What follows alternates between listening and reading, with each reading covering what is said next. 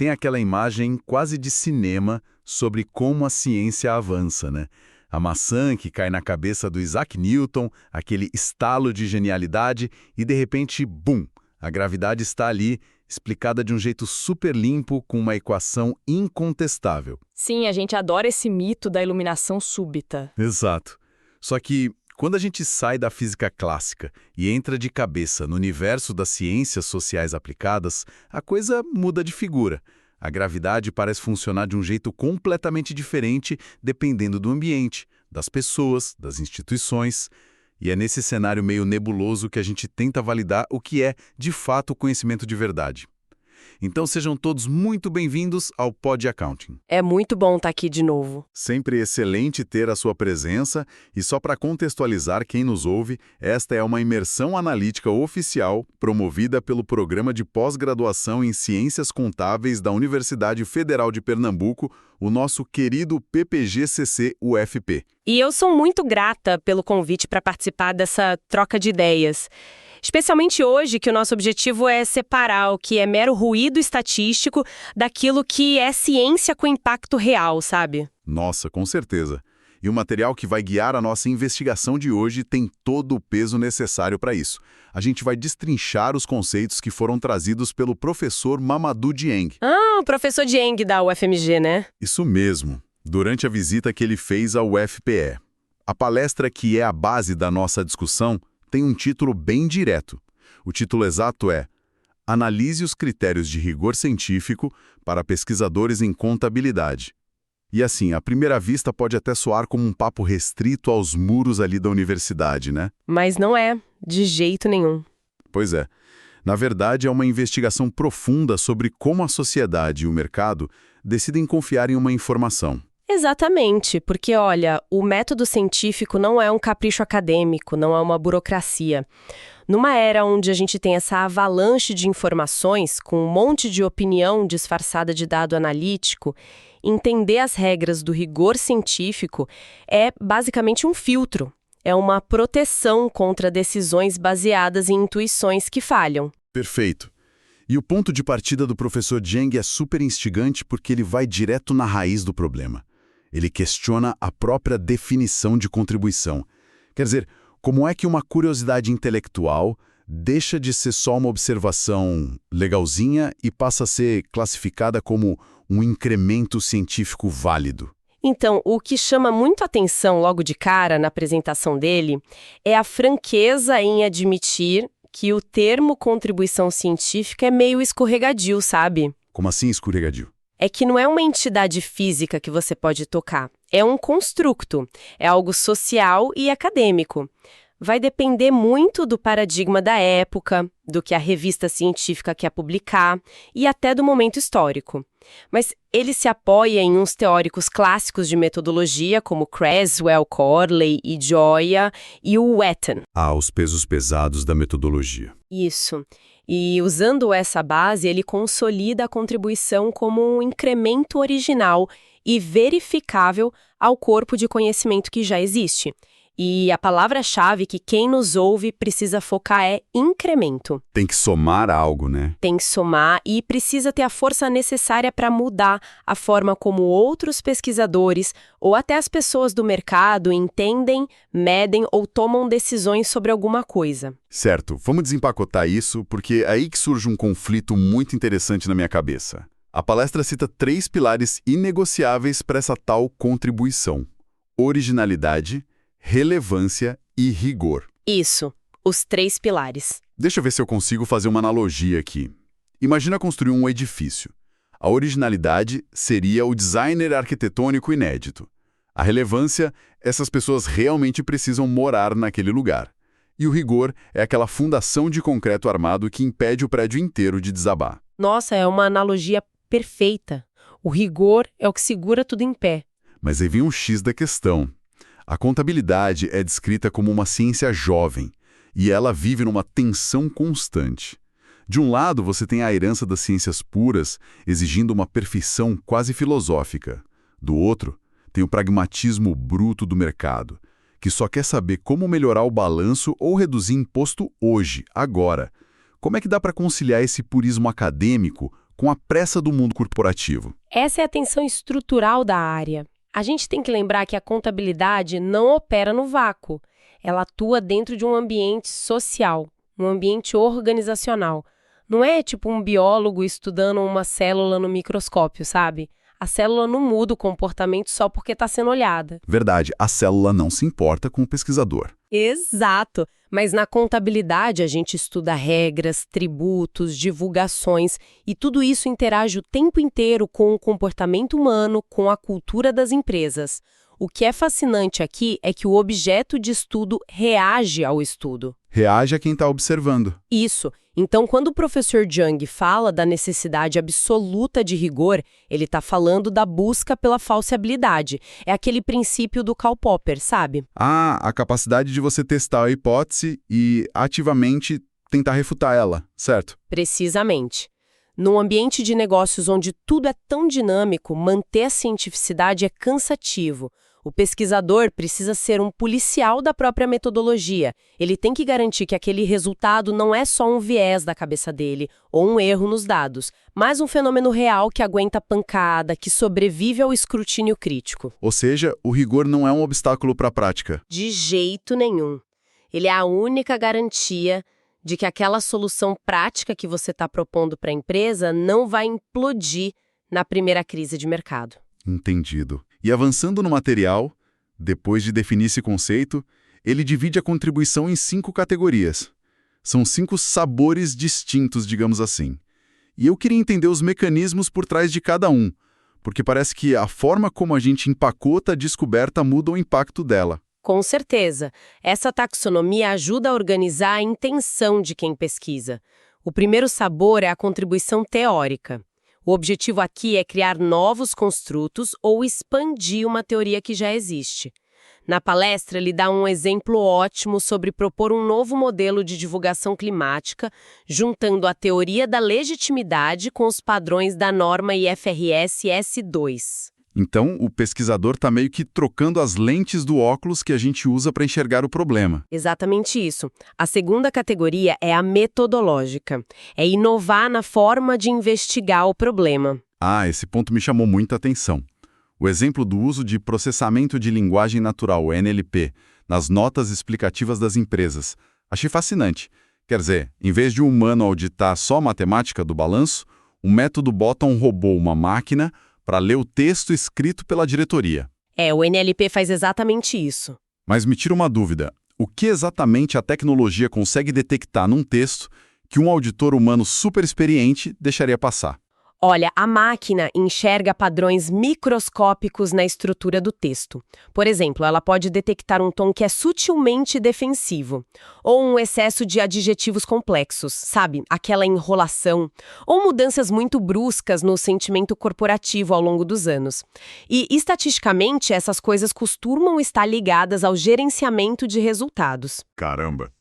O humano está preocupado se a regra foi cumprida, né? Sim, o auditor humano foca na conformidade. A contribuição metodológica, nesse caso, prova que a métrica do texto, o jeito como as palavras foram escolhidas, esconde incentivos que os números frios nunca iam revelar sozinhos. Genial! E isso nos leva à terceira categoria, que é a empírica. É trazer evidências inéditas, mas sem necessariamente inventar um método novo. O texto fala sobre testar o Value Relevance do IFRS 16 no setor de varejo aqui no Brasil. Mas espera aí, se o IFRS 16 já é uma norma internacional que todo mundo tem que usar, por que testar isso num recorte tão específico, tipo o varejo brasileiro, é considerado uma contribuição sólida? Porque, veja bem, a teoria econômica ensina que as normas interagem com o ambiente onde elas caem. O IFRS 16 trata da contabilidade de arrendamentos de aluguéis. E pensa no setor de varejo. Ele depende absurdamente de aluguéis de lojas físicas, shoppings, galpões. O impacto disso no passivo de uma varejista é gigantesco se você comparar com, sei lá, uma empresa de software. Ah, faz todo sentido. Empresa de software aluga um andar comercial e olhe lá. Exato. Então, a contribuição empírica aqui responde o seguinte: como essa regra internacional alterou na prática a percepção de valor dos investidores, olhando para o risco específico dessas varejistas no Brasil. É você provar que a teoria funciona sob pressão num cenário do mundo real. Muito claro. E aí ainda faltam duas categorias, a contextual e a prática. A contextual é a replicação fundamentada, né? Tipo, pegar um estudo que foi feito com grandes bancos e aplicar em cooperativas de crédito para ver se muda. Isso. Testa se o contexto altera o resultado.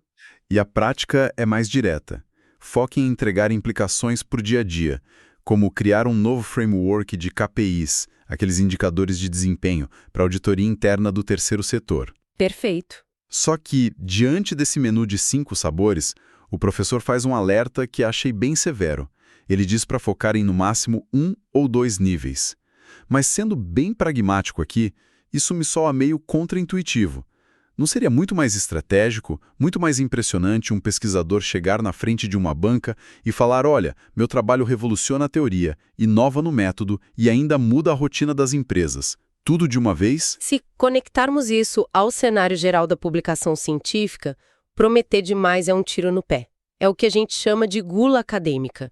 A gente tem que lembrar da psicologia de quem está avaliando a ciência. Os editores, né? Sim, os editores das grandes revistas e os professores das bancas, eles são treinados para serem céticos, para serem quase implacáveis. Eles leem o texto procurando a rachadura na parede. Se você reivindica inovação teórica, metodológica e prática num artigo de 20 páginas, só o alarme. A famosa promessa exagerada. Prometer abraçar o mundo e não aprofundar nada. Isso. O avaliador pensa, isso aqui está sem foco. Reivindica tanta coisa só como ingenuidade ou até arrogância intelectual. Porque a ciência avança em bloquinhos, um tijolo de cada vez, muito sólidos. Ninguém constrói uma catedral inteira da noite para o dia num artigo só. E falando nessa construção por etapas, o professor mapeia como o peso dessa expectativa muda de forma bem drástica dependendo do nível de quem pesquisa. A famosa escalada do mestrado para o doutorado. Nossa, e como muda? É um abismo estrutural e inegociável, até pelos próprios critérios da CAPES. Termo mestrado, o foco é mais o domínio da técnica, certo? Exato. No mestrado, o que se espera é que a pessoa mostre que domina o método científico e consiga aplicar uma teoria num problema bem delimitado.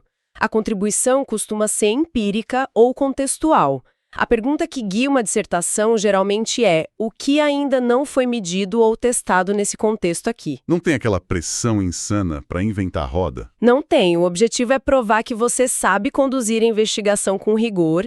E em termos de exigência, a CAPES pede ali a publicação num periódico B1, pelo menos. Sabe que, lendo isso, eu lembrei da trajetória de um músico. Aqui é onde a coisa fica realmente interessante, na minha opinião. O mestrado é como ir para o conservatório, aprender a tocar. Você pega uma partitura clássica do Beethoven, que já está super validada, e o seu desafio é executar aquilo com perfeição técnica. Mostrar que o seu instrumento, que no nosso caso é o método, está afinadinho e no tempo certo. Uma analogia maravilhosa, eu adorei, e ela se aplica perfeitamente para explicar o baque que é entrar no doutorado. Porque no doutorado, saber tocar a partitura já é esperado de você. Ninguém vai te aplaudir só por saber tocar direitinho. A exigência muda drasticamente para uma contribuição original e substantiva. A pessoa deixa de ser só uma intérprete e tem que compor uma sinfonia nova. Tem que mover a fronteira. Mudar o jeito que os outros entendem a música. Perfeito. O que significa focar em uma contribuição fortemente teórica ou metodológica, claro, amparada por dados empíricos. A pergunta passa a ser: o que na literatura mundial de contabilidade vai mudar depois que a minha tese for publicada? A responsabilidade vai lá em cima. Vai. A exigência salta para artigos em revistas A2. E tem um ponto crítico que o professor Zheng frisa muito. No doutorado, a evidência empírica é totalmente subordinada à teoria. Mas espera aí, deixa eu fazer o advogado do diabo. Como isso funciona se a contabilidade quer resolver problemas práticos do mercado? Imagina que uma tese inventou um modelo estatístico revolucionário que prevê a falência de uma empresa com 99% de precisão. Por que diabos uma banca reprovaria isso só porque não tem uma tal de sustentação teórica? O investidor não quer filosofia, ele quer saber se a ação vai virar pó. É uma provocação excelente, mas a resposta é que na ciência os números não falam por conta própria. A estatística pura só te dá correlação, mas é a teoria que vai explicar a causalidade. Entendi o porquê de acontecer. Isso.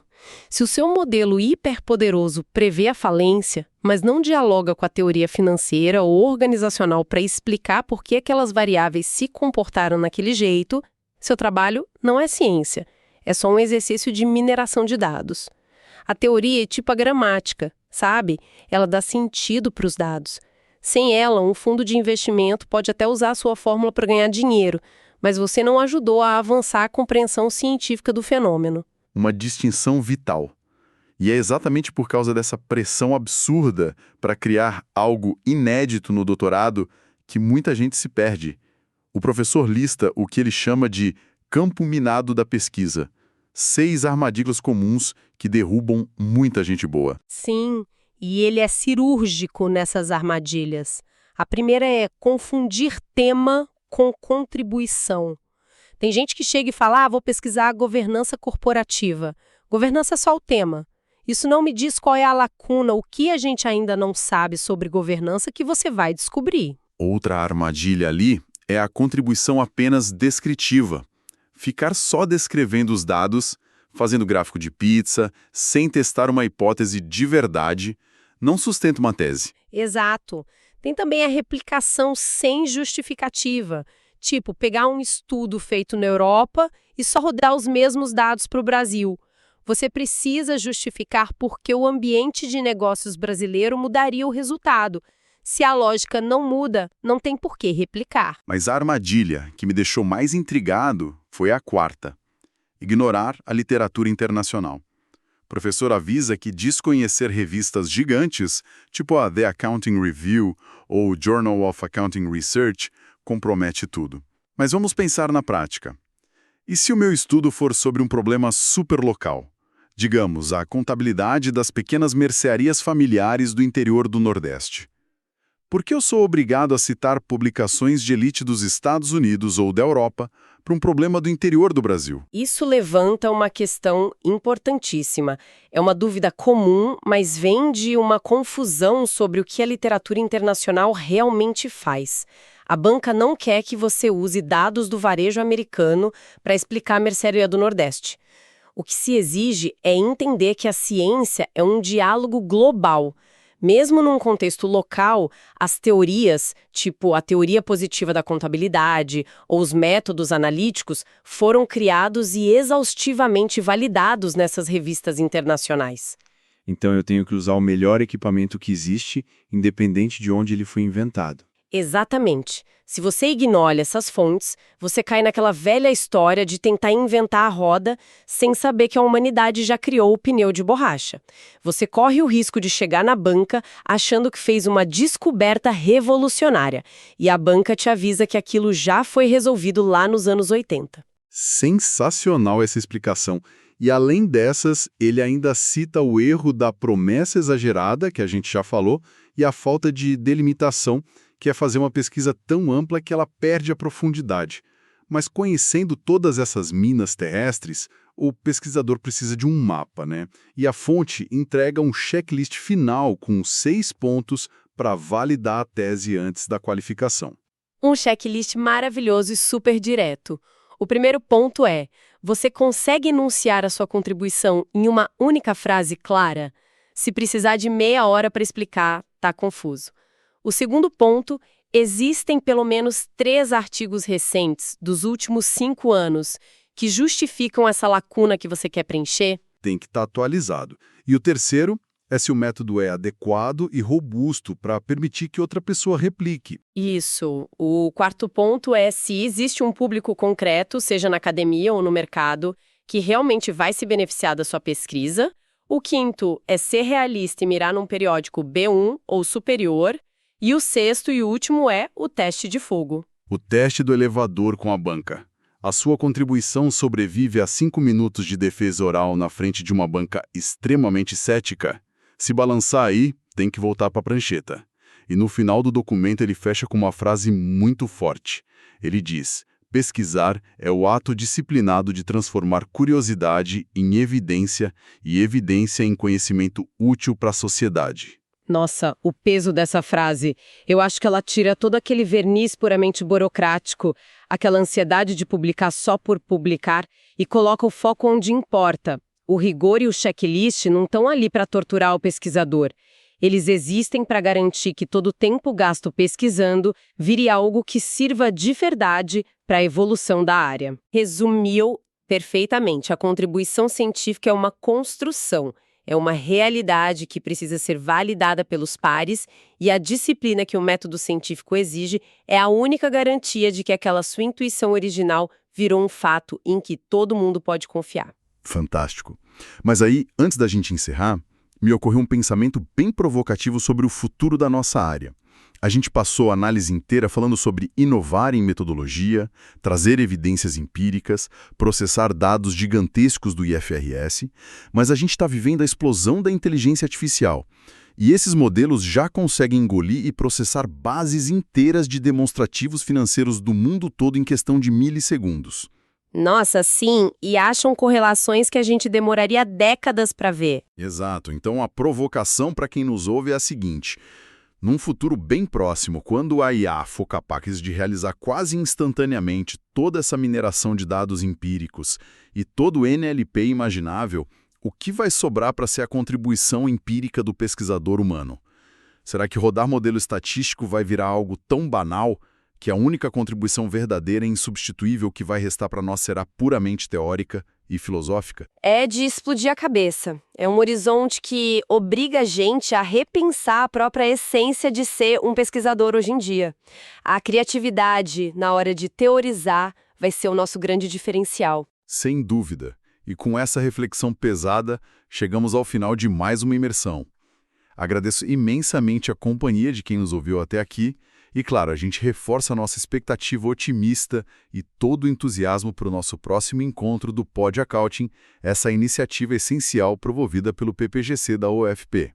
Continuem curiosos, questionem o ruído e até a próxima.